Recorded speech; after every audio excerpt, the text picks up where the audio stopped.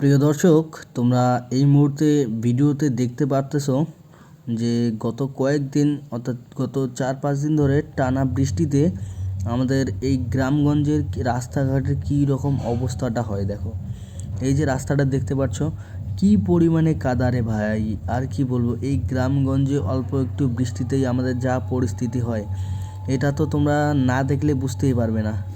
অল্প একটু বৃষ্টিতেই এত পরিমাণে অসুবিধা হয় যে গ্রামগঞ্জের মানুষজনের চলাফেরা থেকে শুরু করে গরু বাছুর অর্থাৎ সমস্ত কিছু জীবজন্তুর যে এত পরিমাণে অসুবিধা হয়, এটা তোমরা শুধুমাত্র এখানে আসলেই এটা রিয়েলাইজ অর্থাৎ বুঝতে পারবে, দূর থেকে বুঝতে পারবে না।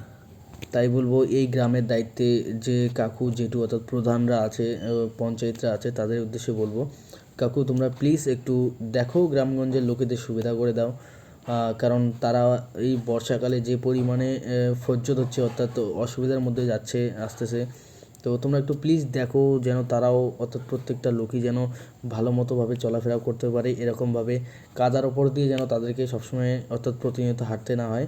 তো এটাই ছিল আজকের এই শর্ট ভিডিওটা। তোমরা যারা যারা দেখছো প্লিজ তোমরা শেয়ার করে দাও ভিডিওটাকে, সবাইকে বলবো তোমরা সবাই লাইক করো ভিডিওটাতে।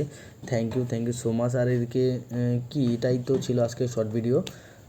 যে পরিমাণে কাদা ভাই, আমার তো দেখেই মনে হলো যে প্রচুর কষ্ট হচ্ছে। দেখো রাস্তায় গরু ছাগল বাইরে রাখছে। তো চলো, এই ছিল আজকের video. Thank you so much.